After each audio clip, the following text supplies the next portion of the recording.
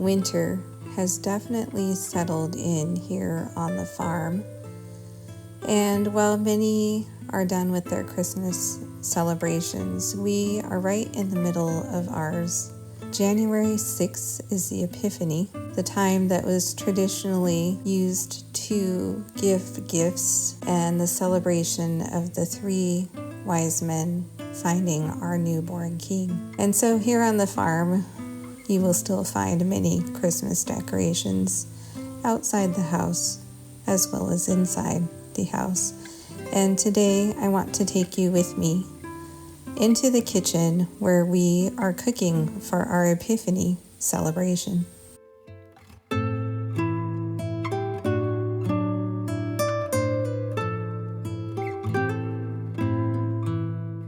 Traditionally, a cake is served on Epiphany, and typically a bean or some other charm is placed inside this cake, and he or she who gets the bean in the cake is chosen to be the king or the queen for the day, and the children have fun getting to boss everybody around. This is a story from the Von Trapp family book, Around the Year with the Von Trapps. And while we make a cake here on Epiphany, I don't typically put in the bean. Having children who were adopted from overseas orphanages, they had little food to eat, and they are maybe not quite as careful as one might think about chewing their food well, and I always worry they're going to choke on the bean. But I've always loved the idea of the little game. But for today, we're going to make this golden spiced cake, a lemon turmeric bundt cake.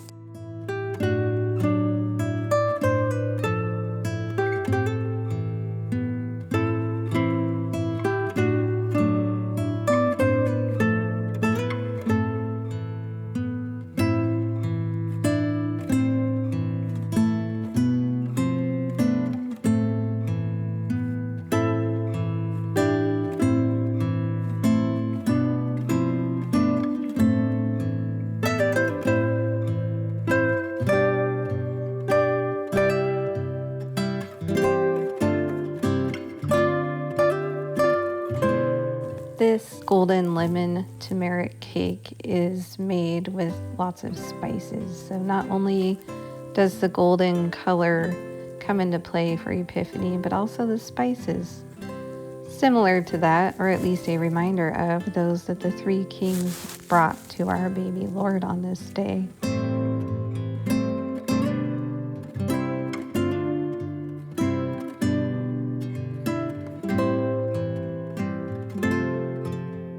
This cake is a healthier remake of a bundt cake. I'm using some unbleached einkorn flour instead of an all-purpose flour. I'm, of course, adding those spices. I have a coconut milk in here, some pastured eggs, and I'm also using maple syrup as a sweetener instead of a typical sugar, helping to improve the treat and its health value versus just making a regular cake.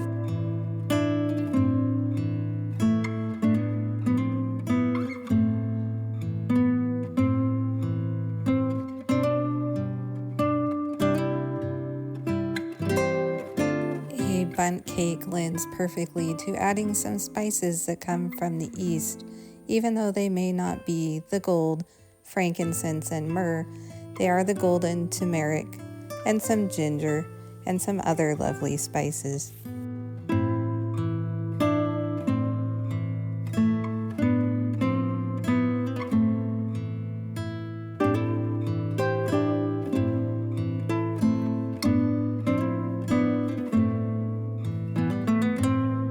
Here I have ground up some of our golden turmeric spice tea. You can use any combination of these spices. I'll go ahead and put the recipe down below. Feel free to print it and adjust it as you see fit.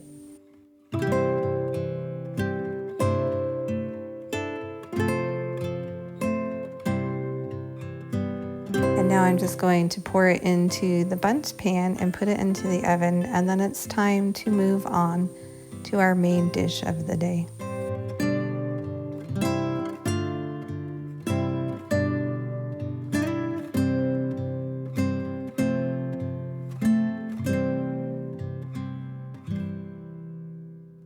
This year we seem to have a very golden theme.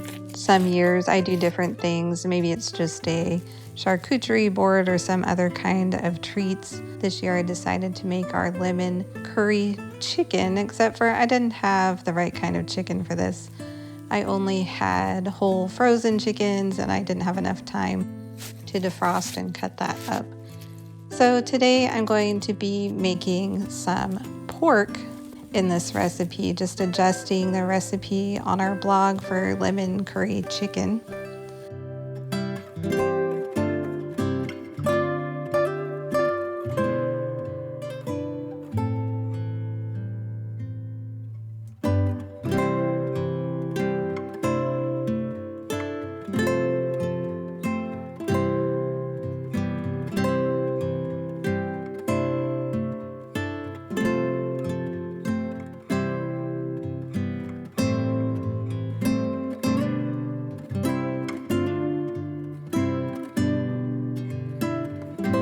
This is not quite your typical curry because I'm using our dry fire cider mix here, and while fire cider might sound even spicier than curry powder, it actually lends a much more mellow flavor with a very light spice, much different than curry. So if you're not a curry fan, I would definitely give this a try.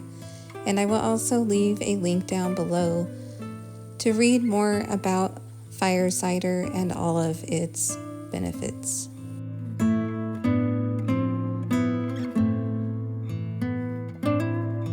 If you're not familiar with fire cider, it is a winter tonic that many people will make to take as just a daily tonic. It's full of horseradish and onion and ginger and lots of very spicy herbs that are great catalysts for moving things around.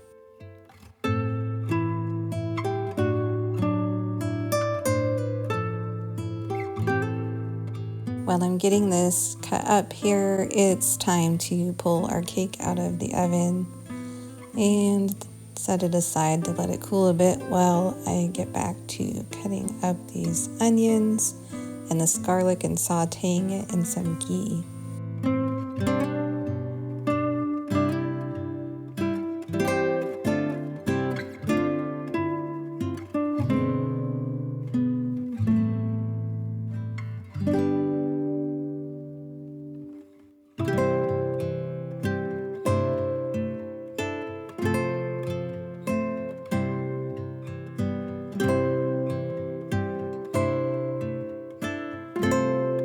This fire cider mix that I plan on using in here is a dry herb version, whereas most people that make fire cider are using raw herbs and fruits and vegetables and an apple cider vinegar to create it. This is a very simple and quick way to add those same ingredients to one of your favorite recipes.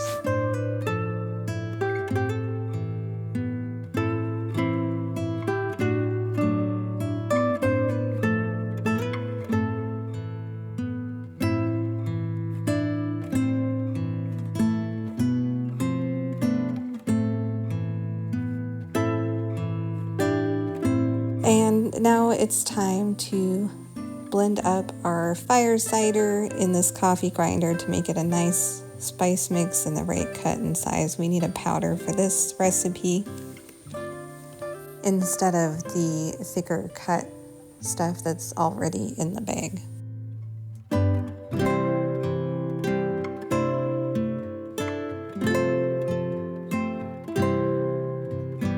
Here also the dry fire cider mix, and I'm going to let that simmer, put in a little bit of salt, and let that thicken up a bit while I work on some other parts and pieces here. Earlier you saw I put the rice in the Instant Pot because that takes the longest out of everything here.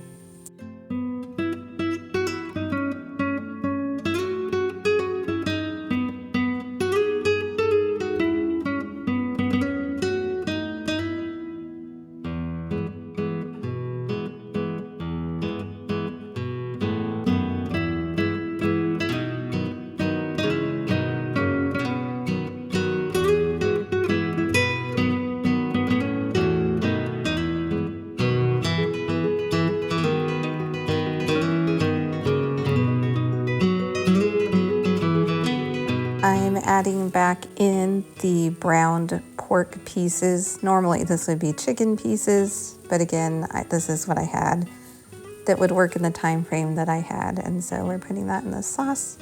And normally about here you would add your spinach. I don't have any spinach on hand. And so I'm just going to go ahead and add the lemon for the garnish. And then put the lid back on and let it simmer a bit. I may thicken this up some with some arrowroot powder as it is pretty watery and I want it to be more like a gravy consistency on our rice.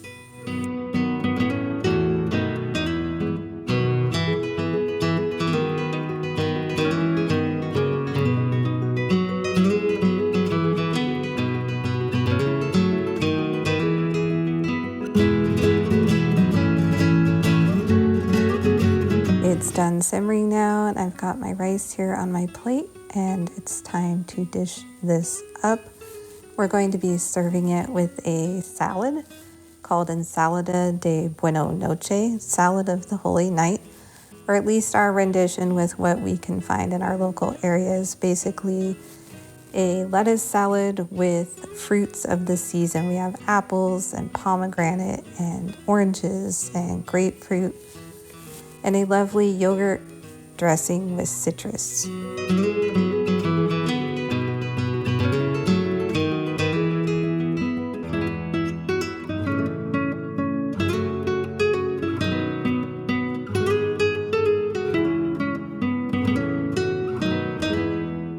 And we also have our finished cake here. You can see that it turned out pretty good, and a little extra decoration to make it super festive for our Epiphany celebration.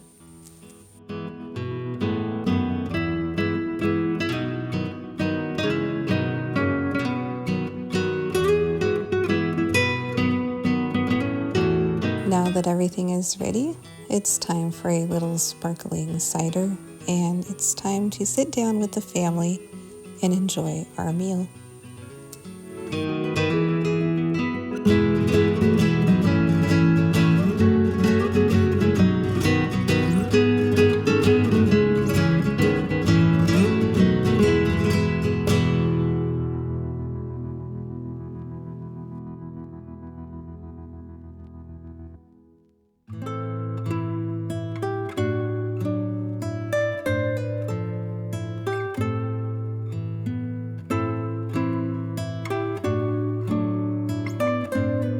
Winter used to be a very dreary time of year for me until I learned about the Christmas traditions of the old world and keeping them starting from December 25th all the way through February 2nd. And now winter is a cozy bit of time. It's a happy, joyful time. It's full of beautiful decorations, family around the fire, yummy desserts, and none of the cold dieting culture that we tend to see in America. I hope that you enjoyed spending some of our Epiphany with us, and I wish you a very merry little Christmas this Epiphany day. And we will see you on the next video, my friends.